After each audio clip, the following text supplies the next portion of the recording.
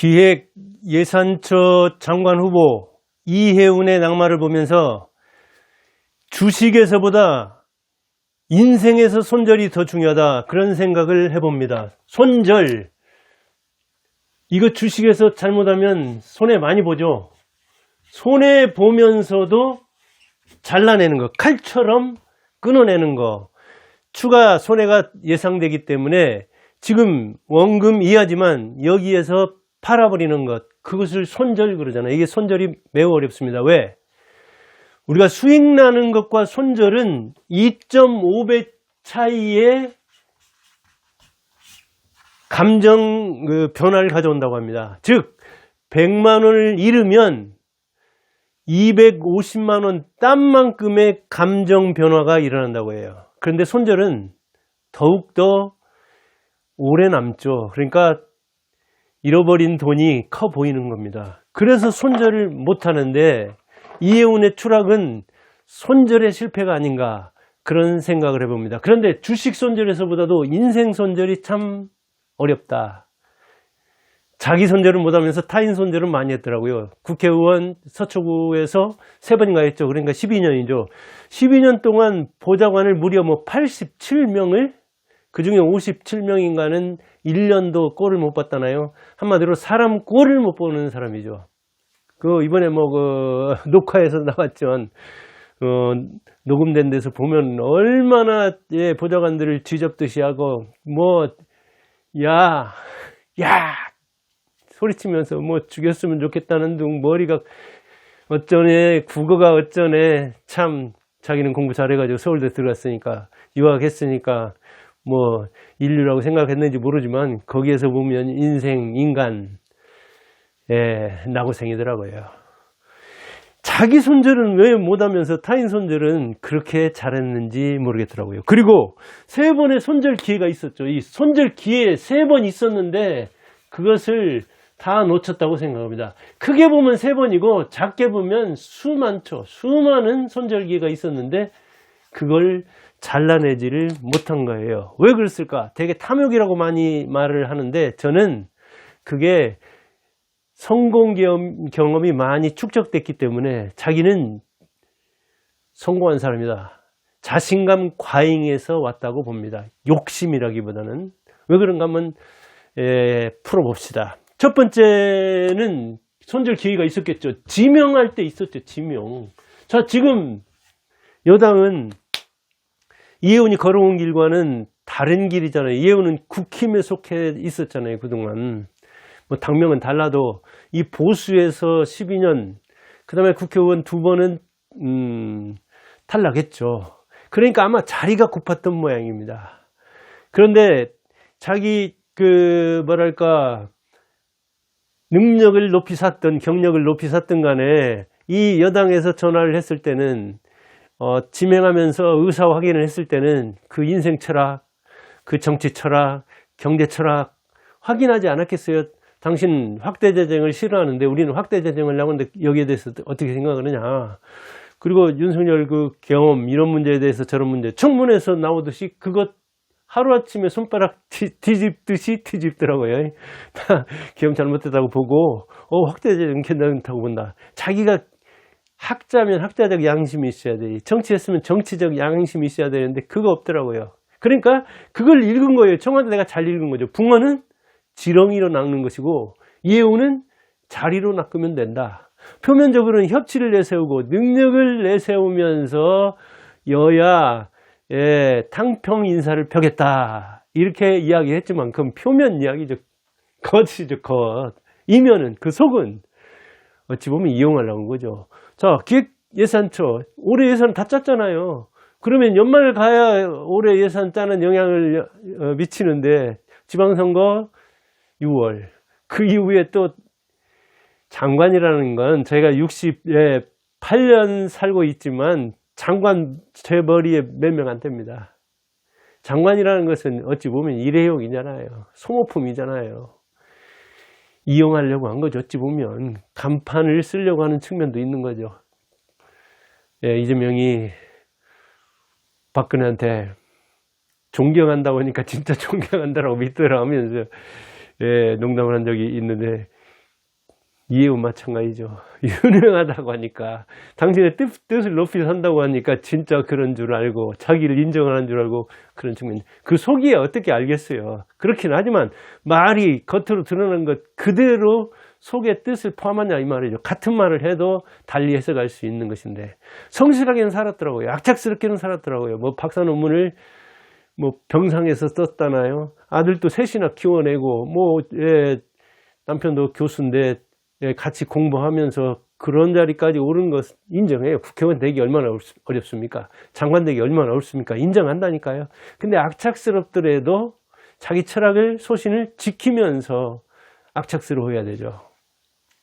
그리고 유학파 뭐 그 간판 그대로 인정하는 것, 저는 지금도 외국인들 한국 가서 많이 유학하지만 그들이 전부 다 자기 국가에 대한 것 씁니다. 어떤 경우는 제가 이렇게 보면은 어떤 그 중국 사람이 그 고향의 뭐 불교 문화에 대해서 썼는데 한국 사람이 심사한다고 했는데 저는 그 사람 이름이나 심사했던 교수들이 제대로 쓸지 모를 정도로 우리 미국 유학 갔을 때도 한국에 대해서 써요. 저도 조교하면서 그런 거 많이 겪었거든요. 조교 통해서 살짝 이렇게 하려고 하는 뭐 교사들의 인식조사 같은 거. 유학파 인정 별로 못 받고 그리고 교수들이 신경도 별로 안 씁니다. 자기 나라에 남을 사람도 뭐 드문데. 그러니까 유학파를 무시하려고 하는 게 아니라 그 시대에 첨단 여성이면 첨단 여성답게 그 학자적 양심을 지키면서 소신을 지키면서 했으면 좋으련만 거기서 손절을 못한 거예요. 지명할 때 자기를 알아준다니까 진짜 알아준 줄 알고. 그건 굉장히 어렵죠. 그런 점에서 청와대가 유능한 거죠.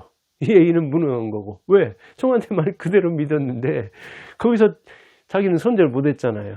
그리고 청와대가 사람 볼 줄 아는 거죠. 이해우는 사람 볼 줄 모르고. 더 문제는 이제 검증이죠. 검증에 들어갔잖아요. 그래서 드디어 검증 안 하고 어떻게 한번 갈까 했는데 이재명이 뭐라고 했어요. 검증은 통과해야 된다. 여기저기서 말이 많이 나오니까 그렇고 여론이 안 좋으니까 그렇고 정계에서 돌아가는 것이 공기가 탁하니까 그런 거죠. 그러니까 그런 걸 또 못 읽었어요. 왜? 자기 충만, 자신감 과잉, 성공 체험 그런 것이 그걸 다 가린 거죠. 그래서 여론이 비우호적이어서 뭐 오죽하면 갤럽 같은 데에서는 반대하는 여론이 한 3배 정도.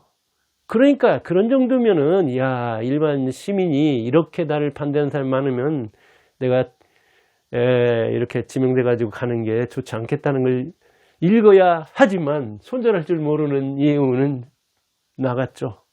정계에서는 국힘 역시 반발할 게 말할 것도 없죠. 그대로 뭐 제명시켰던가요?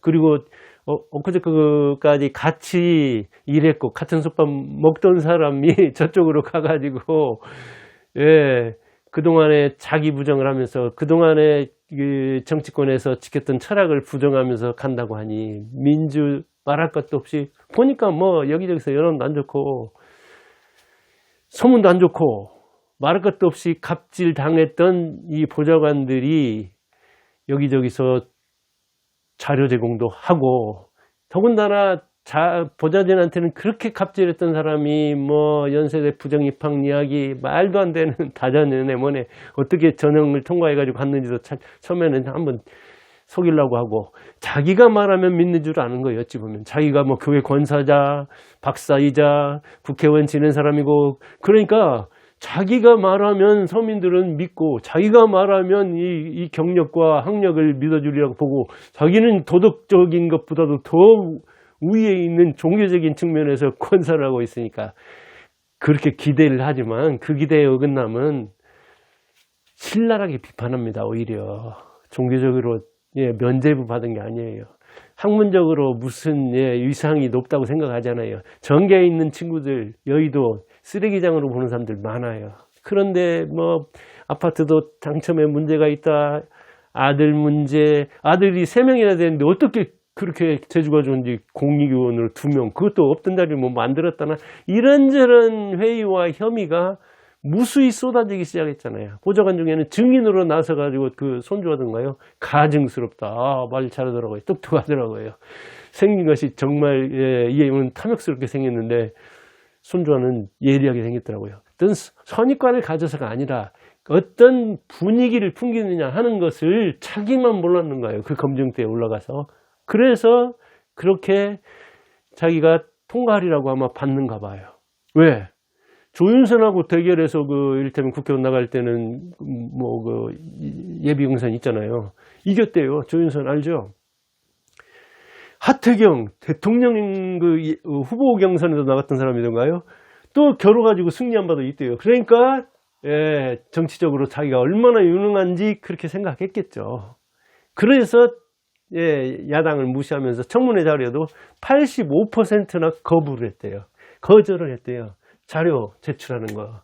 그러니까 얼마나 이 국힘에서는 칼을 갈았겠어요. 자료를 안 낸 거예요. 이런저런 자료를 통해서 확인해 보려고 한다는데 자료를 안 낸 거예요. 그러니까 칼을 갈았겠죠. 칼 난 사람이 많았겠죠. 그런 차원에서 어찌 보면 우호 세력이 없었던 거예요. 국힘에 없고 민주에서도 보니까 소문 보니까 이게 안 좋아요. 그 다음에 갑질할 만한 이 적군이 너무 많은 거예요. 그래서 청문회 하는데 거기서 거짓말하면 실시간으로 정보가 제공될 정도로 적군이 많아서 사면 초과가 됐던 것이죠. 그러다 보니까 역시 청문회에서 탈탈 털리게 된 거죠. 그런데도 아주 악착스럽게 이기적이었죠.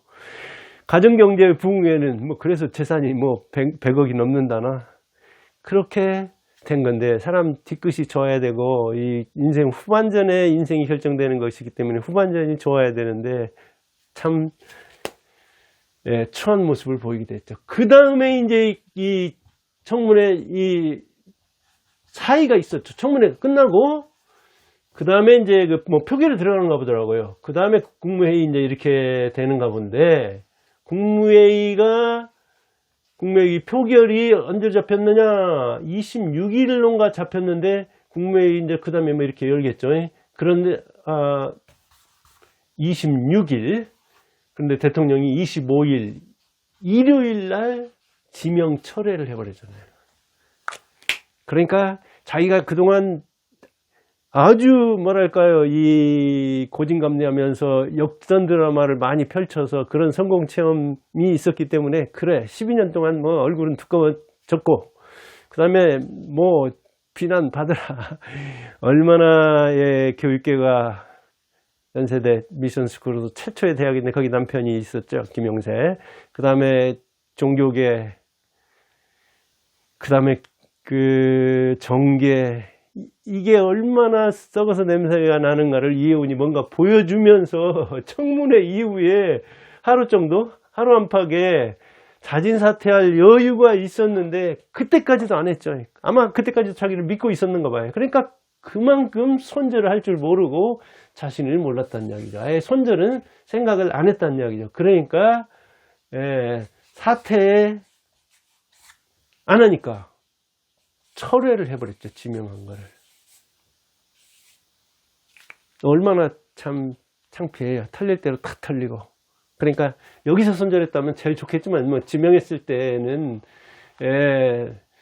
진짜 거기서 하는 말을 믿어가지고 이제 지명회까지는 들어갔겠죠.